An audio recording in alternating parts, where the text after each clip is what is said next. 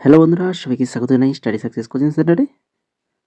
বন্ধুরা, তোমরা যারা WBSSC গ্রুপ সিডির এক্সাম দেবে, সেই এক্সামের জন্য জিকেতে তোমরা জানো 20খানা কোশ্চেন আসবে। তো এক্স্যাক্টলি যে ধরনের যে টপিক থেকে কোশ্চেনগুলো আসবে, তো সেই রকমভাবেই কিন্তু আজকের আমাদের এই ক্লাসটি। এটা আমাদের আজকে 35 নম্বর ক্লাস। একদম নতুন সিলেবাস অনুযায়ী, এক্সাম প্যাটার্ন অনুযায়ী প্রত্যেকটা কোশ্চেন সেভাবেই সাজানো হয়েছে। তো সবাইকে বলবো, ফার্স্ট থেকে লাস্ট অবধি ক্লাসটা দেখো। অবশ্যই তোমাদের এই ক্লাস তোমাদের এক্সামের জন্য হেল্পফুল হবে। ঠিক আছে? আগের ক্লাসগুলো যারা দেখোনি, দেখে নেবে, ডেসক্রিপশানে প্লেলিস্ট রয়েছে সেখান থেকে।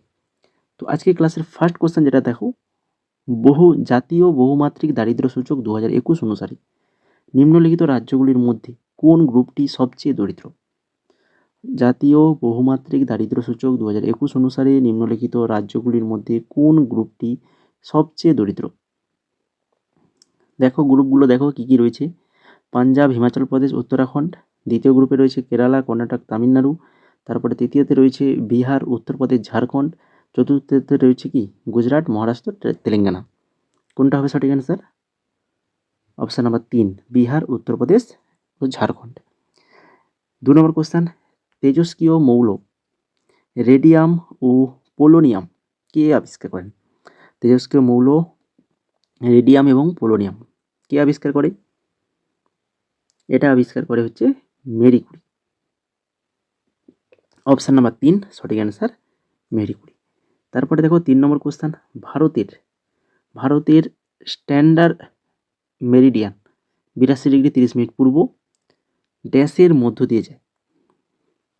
কিসের মধ্যে? মির্জাপুর, বেঙ্গালুরু, ভোপাল না নাগপুর? ভারতের স্ট্যান্ডার্ড মেরিডিয়ান যেটা 82°30' পূর্ব, তো এটা যায় হচ্ছে মির্জাপুর, উত্তরপ্রদেশের মির্জাপুর দিয়ে মধ্য দিয়ে যায়। তারপরে দেখো গ্রেট হিমালয় পর্বতশ্রেণীর অন্য নাম কি? গ্রেট হিমালয় পর্বতশ্রেণীর অন্য নাম কি? না হচ্ছে আন্ত হিমালয়। কি বলা হয়? আন্ত হিমালয় বলা হয়। তারপরে 5 নম্বর কোশ্চেন, খুবই ইম্পর্ট্যান্ট, নতুন এই যে জাতীয় শিক্ষানীতি 2020, যেটা থেকে নতুন, এটা এবছর নতুন সিলেবাসে অ্যাড হয়েছে। এই জাতীয় শিক্ষানীতি 2020 কোন শ্রেণী থেকে মূলধারার শিক্ষার বৃত্তিমূলক অর্থাৎ ভোকেশনাল শিক্ষার সমন্বয়ের উপর জোর দেয়? বলো, জাতীয় শিক্ষানীতি 2020 কোন শ্রেণী থেকে মূল্যধারার শিক্ষায় বৃত্তিমূলক শিক্ষার সমন্বয়ের উপর জোর দেয়? এটা হয়ে যাবে হচ্ছে অপশান নাম্বার 1, ষষ্ঠ শ্রেণী। ঠিক আছে, ষষ্ঠ শ্রেণী থেকে। এরপরে 6 নম্বর কোশ্চেন, জাতীয় শিক্ষানীতি 2020 অনুসারে একটি নতুন জাতীয় মূল্যায়ন কেন্দ্র ড্যাশ কোনটা একটি মান নির্ধারণকারী সংস্থা হিসেবে প্রতিষ্ঠিত হবে? জাতীয় শিক্ষানীতি 2020 অনুসারে একটি নতুন জাতীয় মূল্যায়ন কেন্দ্র, যেটা হচ্ছে এই যে PARAKH, পার্ক। অপশান নাম্বার 4 সঠিক অ্যান্সার। 7 নম্বর কোশ্চেন দেখো, কোন মন্দিরটি ব্ল্যাক প্যাগোডা নামে পরিচিত? ব্ল্যাক প্যাগোডা কোনটা? কোনটা বলো? ব্ল্যাক প্যাগোডা নামে পরিচিত সেটা হচ্ছে সূর্য মন্দির, কোণার্কের সেই সূর্য মন্দির, এটা কিন্তু ব্ল্যাক প্যাগোডা নামে পরিচিত। তারপরে রাজমনামা কোন হিন্দু গ্রন্থের ফার্সি অনুবাদের নাম? রামায়ণ, মহাভারত, মহাভাষ্য, অষ্টাধ্যায়ী। রাজমনামা, তো এটা হচ্ছে মহাভারত। কি হবে? মহাভারতের ফার্সি অনুবাদের নাম। 9 নম্বর কোশ্চেন, ভারতের সংবিধান প্রণয়নের কত সময় লেগেছিল? ভারতের সংবিধান প্রণয়নের কত সময় লেগেছিল? এটা লেগেছিল হচ্ছে 2 বছর 11 মাস 18 দিন। 2 বছর 11 মাস 18 দিন সময় লেগেছিল। ভারতীয় সংসদের অংশগুলি কি কি? ভারতীয় সংসদের অংশগুলি কি কি? লোকসভা, রাজ্যসভা, রাষ্ট্রপতি না সবগুলো? তো অবশ্যই উপরের সবগুলোই, লোকসভা, রাজ্যসভা, রাষ্ট্রপতি সবগুলো হচ্ছে ভারতের সংসদের অংশ। তারপর 11 নম্বর, আর যারা ক্লাসটাকে এখনও লাইক করোনি যদি ভালো লেগে থাকে লাইক করে ফেলো, তাহলে এই ধরনের কোশ্চেন কিন্তু কোশ্চেন অ্যান্সার এক্সামের আগে তোমরা কিন্তু পাবেই। 11 নম্বর কোশ্চেন যেটা রয়েছে দেখো, কোন বল খেলাকে পিং পং বলা হয়? পিং পং বলো, টেবিল টেনিস, ভলিবল, না বাস্কেটবল, না স্কোয়াশ, কোন বল খেলা পিং পং বলা হয়? সেটা হচ্ছে টেবিল টেনিস। অপশান নাম্বার 1 সঠিক অ্যান্সার। নিচের কোন টেনিসের টুর্নামেন্ট ক্লে কোর্টে খেলা হয়?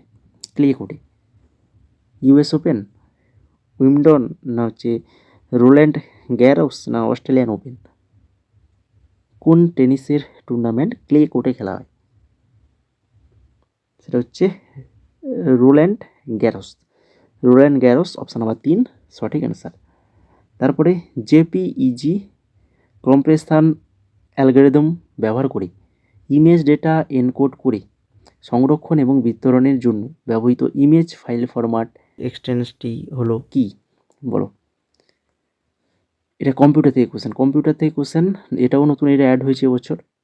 কম্পিউটার থেকে তো কোশ্চেন থাকবেই। বলো, এটা হয়ে যাবে এই যে .jpg অপশান নাম্বার 1 হয়ে যাবে এখানে, আর অপশান নাম্বার 3 হয়ে যাবে এখানে সঠিক অ্যান্সার। তারপরে দেখো আবারও একটা কম্পিউটার থেকে কোশ্চেন, কিবোর্ডে কোন কিটি কার্সারের বামে টাইপ করা যে কোনো কিছু মুছতে ব্যবহৃত হয়? যে কোনো কিছু মুছতে ব্যবহৃত হয় কিবোর্ডের কোন কিটি? সেটা হচ্ছে ব্যাক স্পেস হয়ে যাবে সঠিক অ্যান্সার। তারপর 15 নম্বর কোশ্চেন,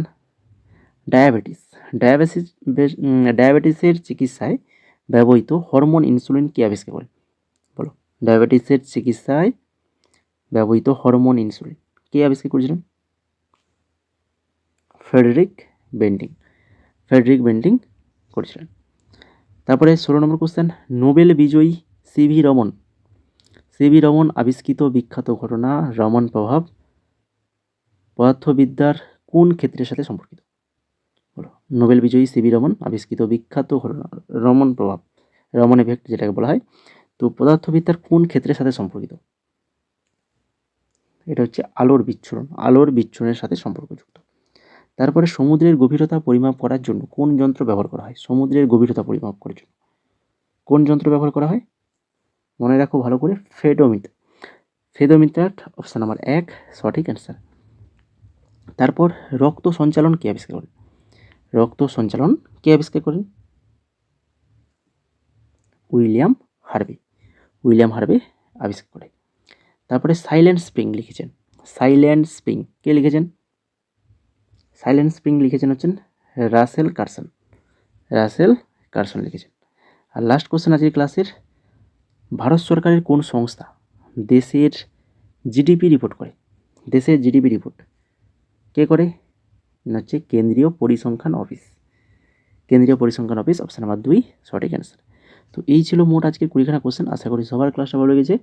একদম নতুন সিলেবাস অনুযায়ী যেভাবে আছে সেভাবেই পরপর টপিক ওয়াইজ কিন্তু আমরা কোশ্চেন অ্যান্সারগুলো রেখেছি। আশা করি সবার ভালো লেগেছে এবং ইতিমধ্যে নিশ্চয়ই লাইক কমেন্ট শেয়ার করে ফেলেছো এবং চ্যানেলটাকে সাবস্ক্রাইব করে ফেলেছো। ঠিক আছে, যারা করনি করে ফেলো। আর যদি তোমরা এই এক্সামের জন্য যদি নোটস নিতে চাও, আমাদের তো পেড গ্রুপে অলরেডি সমস্ত জিকে এবং ইংলিশ, ঠিক আছে, জিকে এবং ইংলিশের নোটস কিন্তু অলরেডি দেওয়া হয়ে গেছে। তোমরা যদি নিতে চাও তো আমাদের মেসেজ করো, মাত্র 49 টাকা এটা পেয়ে যাবে।